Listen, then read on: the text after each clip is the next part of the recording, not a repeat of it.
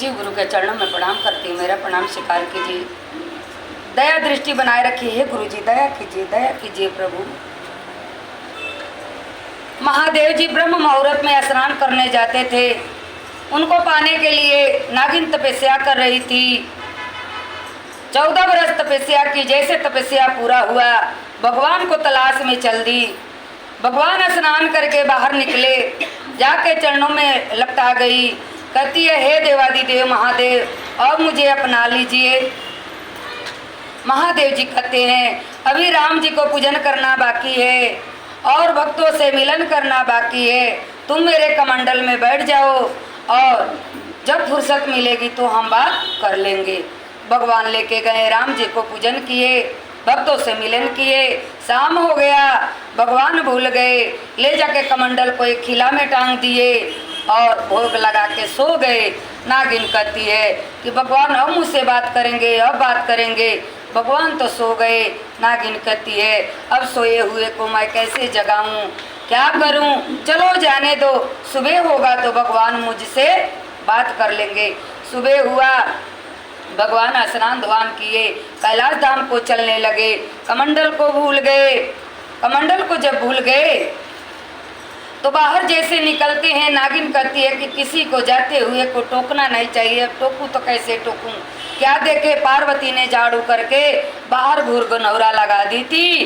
अब उसको उठाने के लिए कहते हैं महादेव जी ए देवी ये तुमने क्या किया? अतः हे प्रभु आप जाइए मैं उठा लूंगी। अब जो है कि नागिन इतने बात को सुनती है, कमंडल से निकल के कहती है सुबह सुबह का आगमन का पालन मैं क्यों नहीं कर लूं? नागिन गई उस कचड़े को उठाने के लिए। तब तक पार्वती भी पहुंच गई। कहती है कि ये नागिन किसी को डस लेगी। नागिन ने झाड़ू में लपटा गई। सोची कि देवी छोड़ के चली जाएगी तो आगमन का पालन मैं कर सकती हूँ, तो नहीं मानी। देवी ने झाड़ू को उठाई और कुछ दूर पे जंगल था, ले जाके झाड़ू को पटकने लगी। नागिन के शरीर में से 3 टुकड़ा हो गया। नागिन को फेंक के देवी चली आई। अब वो 3 टुकड़ा को 3 वृक्ष उत्पन्न हो गया और फल फूल के कचनार हो गया। एक कनेल का पेड़, एक लीलकंठ का पेड़ और एक बेल का पेड़।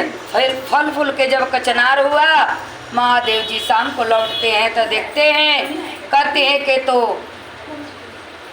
पार्वती ने अपना काम कर डाली है और नागिन को ही 3 टुकड़ा का 3 वृक्ष उत्पन्न हुआ। जो है कि अब यहाँ मैं जाऊंगा और पार्वती से ही बोलूंगा कि जाओ कनेल का फूल तोड़ के लाओ। गई। महादेव जी जब गए कहते हैं हे पार्वती मैं तुम्हारे ऊपर बहुत प्रसन्न हूँ। देवी कहती है हे प्रभु प्रसन्नता का कारण मैं समझ सकती हूँ, अतः क्यों नहीं। भगवान कहते हैं कि कनेल का फूल बड़ा सुंदर फूला है, तोड़ के लाके मेरे गले का हार बना के पहना दोगी तो मैं प्रसन्न हो जाऊंगा। देवी कहती है प्रभु मैं अभी लाई। देवी गई तोड़ने के लिए तो नागिन को आवाज आने लगा पेड़ में से, कनेल के पेड़ में से। नागिन कहती है हे पार्वती तुझे लाजो नहीं, तुझे शर्मो नहीं, कनेल के फुलवा तोड़ने आई हो। तुम तो रहोगी प्रभु जी के अगल बगल में, मैं तो गले के हार बनूंगी। देवी छोड़ के चली आई। कहती है कि इसमें तो भूत बोल रहा है। महादेव जी कहते हैं देवी क्या हुआ? तो हुआ क्या, तुम दिन भर भूत बैताल के साथ में रहते हो, उस वृक्ष में भूत बैठा के आए हो, मैं नहीं तोड़ूंगी। महादेव जी कहते हैं ठीक है जाओ नीलकंठ का फूल तोड़ के लाओ। वहाँ गई तोड़ने के लिए तो वहाँ भी नागिन कहती है हे पार्वती तुझे लाजो नहीं शर्मो नहीं, नीलकंठ का फूलवा तोड़ने आई हो। तुम तो रहोगी प्रभु जी के बाहों में, मैं तो हृदय में निवास करूं। छोड़ के देवी चली आई। कहती है प्रभु मैं नहीं तोड़ूंगी फूल को। तो क्यों? तो उसमें भी भूत बोल रहा है। ठीक है जाओ बेल के पत्ता तोड़ के लाओ। देवी गई बेल के पत्ता तोड़ने के लिए तो वहाँ भी वही शब्द।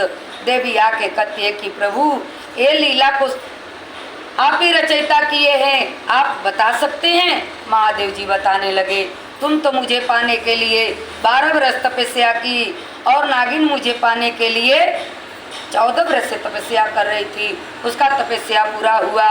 चरणों में लपटाई, मैं कमंडल में लेके आया, टांग दिया और वो निकल के झाड़ू में लपटाई और तुमने 3 टुकड़ा करके फेंक दिया। वही 3 टुकड़ा का 3 वृक्ष उत्पन्न हुआ, फल फूल के कचनार हुआ और वही अपना स्थान मांग रही है नागिन। तो देवी कहती है कोई बात नहीं प्रभु, वो तो मुझसे 2 साल ज़्यादा ही तपस्वानी निकली, आप गले में उसको स्थान दे दीजिए। तो भगवान उसको गले में स्थान दे दिए। देखिए भगवान को पाने के लिए चंदा, गंगा, त्रिशूल, डमरू, घुंघरू, नंदी, कछुआ सब ने तपस्या किए। भगवान सबको जगह दिए, आसन दिए और आज हम लोग भी तपस्या ही कर रहे हैं। भगवान के चरणों का धूल भी मिल जाए तो जीवन धन्य हो जाए। बोलिए हर हर महादेव की जय, पार्वती मैया की जय।